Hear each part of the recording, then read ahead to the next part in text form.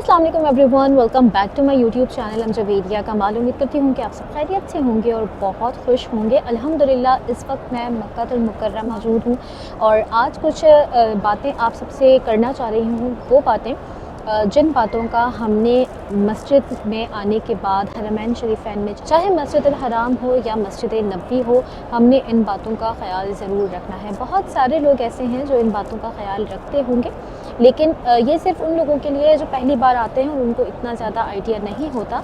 तो प्लीज़ इन बातों का ज़रूर ख्याल रखिएगा, क्योंकि ये सफ़र जो है हम सबकी कोशिश यही होती है कि अदब वाला सफ़र है, तो हम अदब से आएँ और बहुत सारा सवाब समेट कर जाएँ।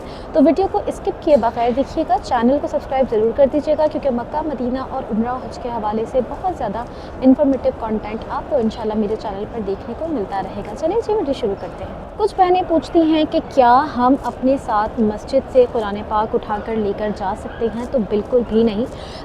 जब भी कोई कुरान पाक जो है वो मस्जिद में रखते हैं, जिस तरह यहाँ पर लोग हदिया करते हैं, वक्फ़ करते हैं, तो उसके ऊपर एक स्टैम्प होती है वक्फ़ लिल मस्जिद अल हराम। इसका मतलब ये है कि ये कुरान पाक मस्जिद अल हराम के लिए वक्फ़ किया गया है। तो अगर हम उसको इस तरह उठाकर अपने घर ले जाएंगे तो वो चीज़ जो है वो बिल्कुल भी ज़ेब नहीं देती है। तो कोशिश करें कि ऐसी कोई चीज़ ना करें। हरम में कुरान पाक है, ज़्यादा से ज़्यादा आप ये कर सकते हैं, जैसे अब हम मस्जिद के अंदर आते हैं, कभी कभी जिस तरह हम जो पाकिस्तानी कुरान पढ़ते हैं, आपने अगर मेरी वीडियो देखी हो, कुरान पाक अरबिक लोग ग्रीन वाला बहुत आसानी से पढ़ सकते हैं, हम लोग ब्लू वाला पढ़ सकते हैं। तो इसके लिए आप ये कर सकते हैं कि अगर आपको जैसे ब्लू वाला पढ़ना है या ग्रीन वाला पढ़ना है, आप अपने साथ होटल ले जाएं, पढ़ें, जब टाइम मिलता है, जितना मिलता है पढ़ें।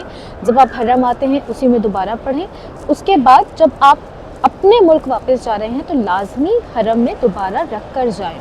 ऐसा नहीं है कि आप वही कुरान साथ ले जाएं। मुझसे भी काफ़ी लोग ये फरमाइश करते हैं, आप सब भी जो आए होंगे उनसे भी करते होंगे कि भाई आते हुए हमारे लिए मस्जिद से कुरान लेकर आ जाना। तो ये बहुत गलत बात है। ये वक्फ़ किए गए कुरान पाक होते हैं और यहीं पे पढ़ें और यहीं पर छोड़ कर जाएँ। अच्छा, क्या होता है, जैसे हम कुरान पाक पढ़ रहे हैं, ठीक है, अब कुरान पाक को पढ़ते पढ़ते अजान हो जाती है या नमाज हो जाती है, तो अक्सर आपने भी देखा होगा, मैंने भी काफ़ी ख़वातीन को देखा है कि वो कहीं पर भी कुरान पाक रख देती हैं। मुक़द्दस किताब है, उसको अदब के साथ रखिए। अगर आप पढ़ रहे हैं, पढ़ने के बाद अगर आपके आसपास कोई जगह है तो वहाँ जाकर उसको लाजमी रख दीजिए।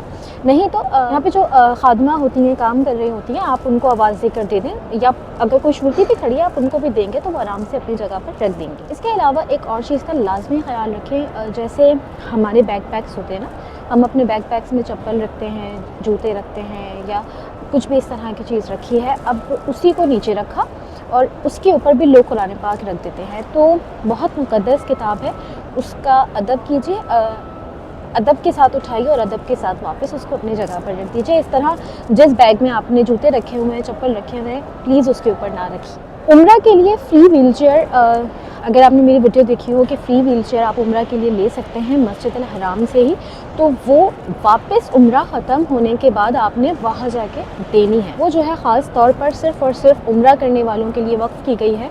तो लाजमी अगर आप वहाँ से ले रहे हैं तो उसको ज़िम्मेदारी के साथ वापस जाकर जगह पर ज़रूर रखें। ज़मज़म को बहुत अदब के साथ पिएं। जैसे कि कुछ लोगों को हम देखते हैं कि बस चाहे जैसे तैसे भी गिरना है, ज़मज़म इधर से उधर गिर रहा है, या हमने बस भर के लेकर जाना है, तो ऐसा नहीं है।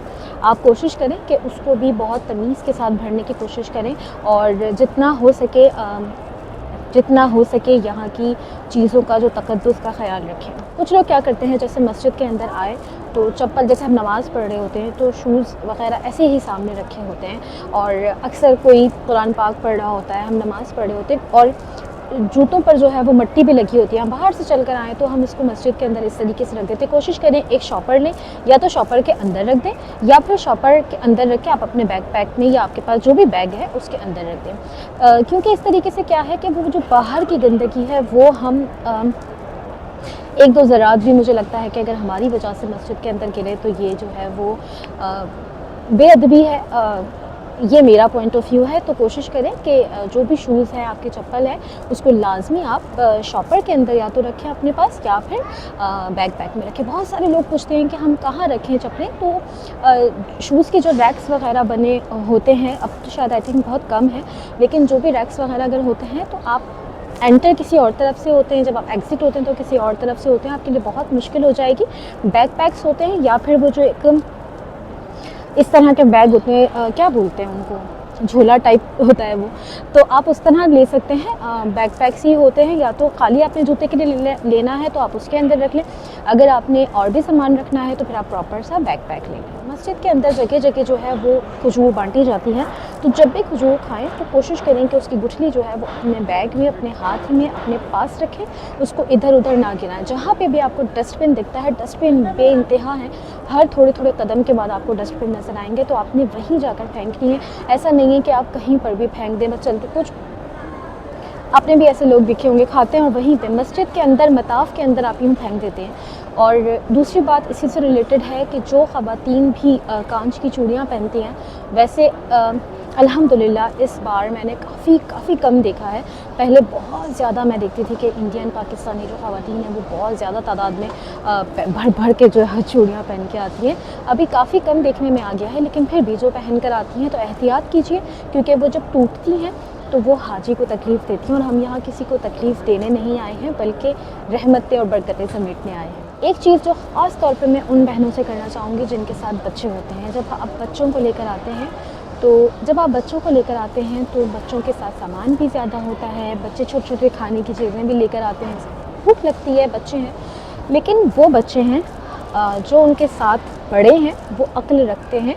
जुमा की नमाज़ में एक फैमिली मेरे साथ बैठी हुई थी, उनके बच्चों ने जो गंदगी की है, शॉपर, रैपर, टॉफ़ीज़ खा के नीचे, बबल खा के नीचे, तो प्लीज़ इस बात का ख़्याल रखें। अगर आपके बच्चे कुछ खा रहे हैं, पी रहे हैं, तो ज़ाहिर सी बात है वो बच्चे हैं, उन्हें भूख लग रही है, लेकिन जो भी रैपर्स हैं, जो भी शॉपर हैं, टॉफ़ीज़ के रैपर, कैंडीज़ हैं, या वो कुछ भी चिंगम वगैरह खा के उन्होंने फेंक दिया, मुझसे उनको टेस्ट पसंद नहीं आ रहा, उन्होंने फेंक दिए, टॉफ़ी फेंक दी, तो सब जमा करके जब उस जगह से उठें तो उसको साफ़ करके उठें, क्योंकि ये मस्जिद है और हमें नहीं पता होता कि किस वक्त की कौन सी नेकी हमारे लिए जो है वो बेहतरीन साबित हो जाए। तो सफाई का जिस तरह हम अपने घरों में ख्याल रखते हैं, हम नहीं चाहते कि कोई भी मेहमान हमारे घर में आए और गंदगी करके चला जाए। हम यहाँ पे अल्लाह के घर में मेहमान हैं, तो मेहमान की तरह आए, अच्छे से चीज़ों को जो करने आए हैं वो करें और सामान को समेटें और फिर जाएं।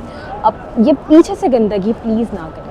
कुछ लोग ऐसे होते हैं जो व्हीलचेयर चला रहे होते हैं, ठीक है, अब आप अपने पेरेंट्स को लेकर आए हैं, आपके साथ कोई भी हैं, आप उनके व्हीलचेयर चला रहे हैं, तो व्हीलचेयर वाले जो होते हैं, जो व्हीलचेयर चलाते हैं, व्हीलचेयर पर जो बैठे हैं, मैं उनकी बात नहीं कर रही, जो व्हीलचेयर चलाते हैं, पहली बात तो सेक्शंस व्हीलचेयर के अलग हैं, सफ़ा मरवा पे अलग हैं, तवाफ़ के लिए ग्राउंड फ्लोर है, तवाफ़ के लिए भी ग्राउंड फ्लोर है, फर्स्ट फ्लोर है, उसके अलावा और जो जगह हैं वहाँ पे भी व्हीलचेयर के अलग सेक्शंस हैं। लेकिन जैसे सहन हो गया, अब सहन के अंदर लोग व्हीलचेयर चला रहे होते हैं, तो प्लीज़ थोड़ा सा देखकर चलाएं। ये नहीं है कि ऑब्वियसली आप व्हीलचेयर चला रहे हैं, लेकिन कभी कभी ऐसा होता है कि व्हीलचेयर के आगे भी उसी एज की कोई ख़ातून या कोई अंकल होते हैं जो कि बेचारे बहुत मुश्किल से चल रहे होते हैं और उनके पैर पे लग जाती है व्हीलचेयर, और फिर वो बेचारे जो अपने आप को इतनी हिम्मत दे रहे होते हैं और हिम्मत से चलने की कोशिश कर रहे होते हैं, वो बेचारे परेशान हो जाते हैं और उनको जो है उनके लिए तकलीफ़ होती है। तो कोशिश करें आप व्हीलचेयर ऐसे चलाएं कि अगर कोई आगे है तो उसका भी ख्याल रखें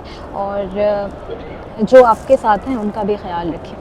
उसके अलावा एक चीज़ है जो कि मैंने ख़वातीन में तो बहुत देखी, क्योंकि ज़ाहिर सी बात है कि हम ख़वातीन वाले सेक्शन में नमाज़ पढ़ते हैं, तो ख़वातीन में तो मैंने ये चीज़ बहुत देखी है कि जब जमात होने वाली होती है, तो अब जैसे अगर आपके फैमिली मेम्बर साथ बैठे हैं या वो अकेली भी बैठी हैं तो बहुत ज़्यादा जगह घेर के बैठती है। मैं उन लोगों की बात नहीं कर रही जो कि जिनको हेल्थ इश्यूज़ की वजह से जगह ज़्यादा चाहिए होती है, या कुछ जो है वो ऐसे होते हैं कि जो हेल्दी होते हैं उनको जगह ज़्यादा चाहिए होती है, मैं उनकी बात नहीं कर रही। कुछ को प्रॉब्लम्स होता है, वो पैर सीधे करके बैठना चाहती है, उनकी बात नहीं कर रही। कुछ बिल्कुल नॉर्मल है, ठीक है, हेल्दी हैं, लेकिन जो है वो जगह देने पर राज़ी नहीं होती। तो कोशिश करें कि अपने लिए भी आसानी रखें और दूसरों के लिए भी आसानी बांटने की कोशिश करें।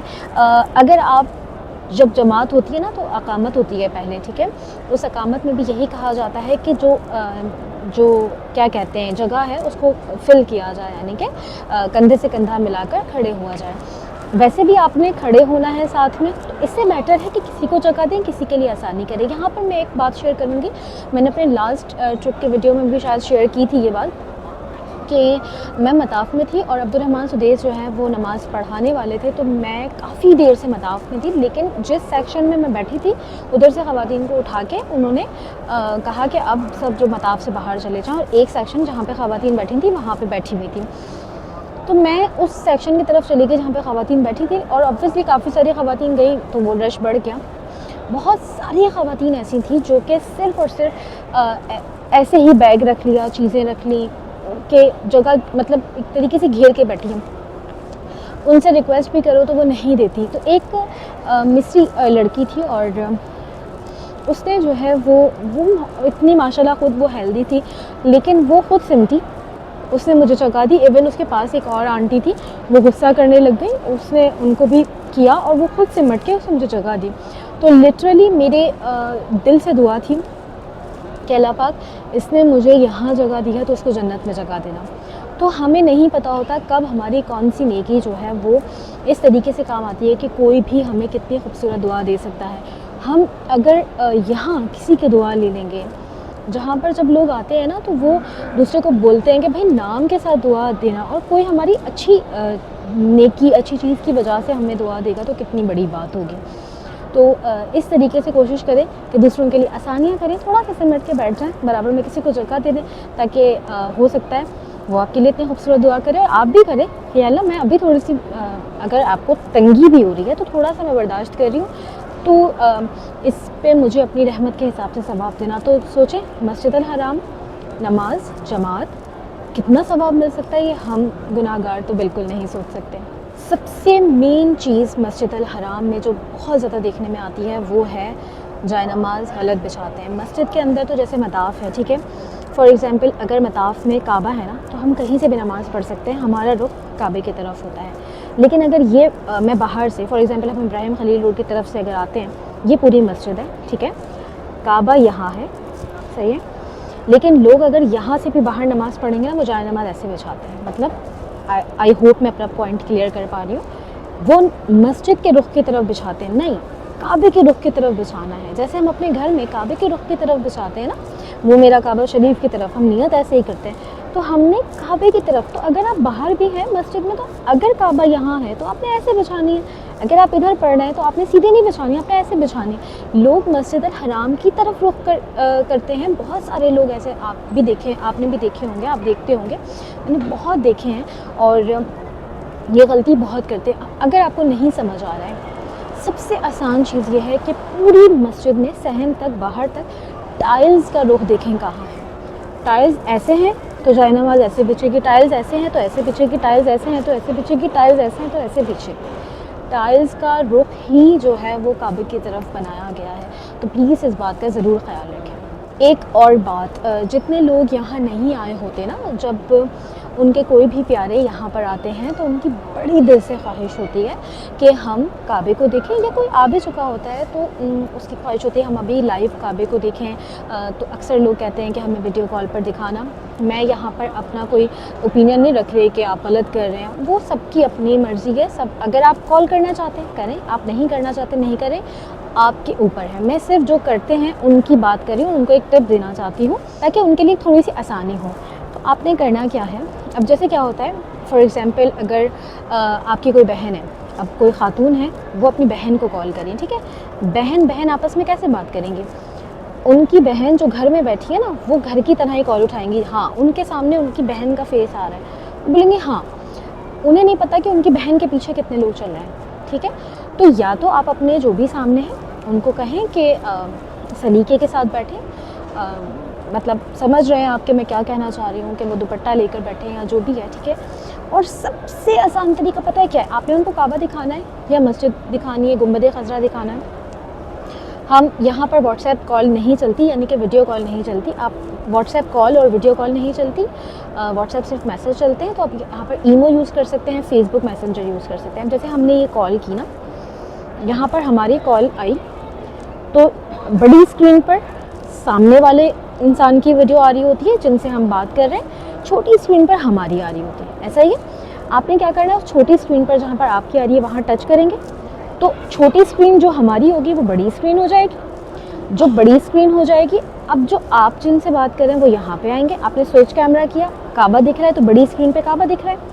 ये छोटी स्क्रीन है, इसके ऊपर आपने यूँ थंब रखना है, यूँ मोबाइल पकड़ना है, उनको काबा दिखाना है और जो भी आपकी बहन हैं जो भी हैं वो यहाँ दिखेंगी ही नहीं। तो वो जैसे भी बैठी हैं या कोई भी है, मर्द हजरात भी ऐसे होते हैं जो अपनी माँ बहन वाइफ को जो है वो कॉल कर रहे होते हैं, तो ऑब्वियसली वो अपने घर में कॉल कर रहे हैं और वो घर में बैठे हैं। वो जो एक चीज़ है कि उन्हें आइडिया नहीं होता और वो भी कॉल करने वाला भी बोलता है मैं हम ही बात करें। आसपास जिस तरह हम अगर देखें ना, हम भी चलते फिरते गुजरते शायद हमारी नज़र पड़ जाए, तो ये बिल्कुल भी अच्छी बात नहीं है कि इस तरह वो पता नहीं किस तरह बैठे हैं, किस तरह है, तो आने जाने वाले लोगों की नज़र पड़े। तो सबसे बेस्ट चीज़ यही है कि आप जो है वो स्क्रीन को इस तरीके से मैनेज कर लें, वो भी काबा देख लेंगे। जो लोग नहीं आए होते या जो लोग आकर जा चुके होते हैं वो बहुत मिस कर रहे होते हैं, तो अगर आप उनको दिखाना चाहें तो इस तरह मैनेज करके दिखा सकते हैं। तो आई होप कि वीडियो आपको अच्छी लगी होगी। अच्छी लगी हो तो प्लीज़ मेरे चैनल को सब्सक्राइब करके बेल आइकन ज़रूर प्रेस कर दीजिएगा। इंशाल्लाह मक्का मदीना और उम्रा हज के हवाले से बहुत ज़्यादा इन्फॉर्मेटिव कंटेंट आपको मेरे चैनल पर देखने को मिलता रहेगा। प्लीज़ अगर मेरी किसी भी वीडियो से या किसी भी टिप से आपकी कोई भी छोटी सी भी हेल्प हुई हो तो मुझे, मेरी फैमिली, स्पेशली मेरे पेरेंट्स को अपने दुआओं में ज़रूर याद रखिएगा। अल्लाह पाक हम सबको अपने माँ बाप, अपने प्यारों के साथ हरमैन शरीफैन की बाअदब कबूलियत वाली हाज़िरी नसीब करें। अगली किसी इन्फॉर्मेटिव वीडियो में मुलाकात होती है, तब तक के लिए फ़ी अमान अल्लाह।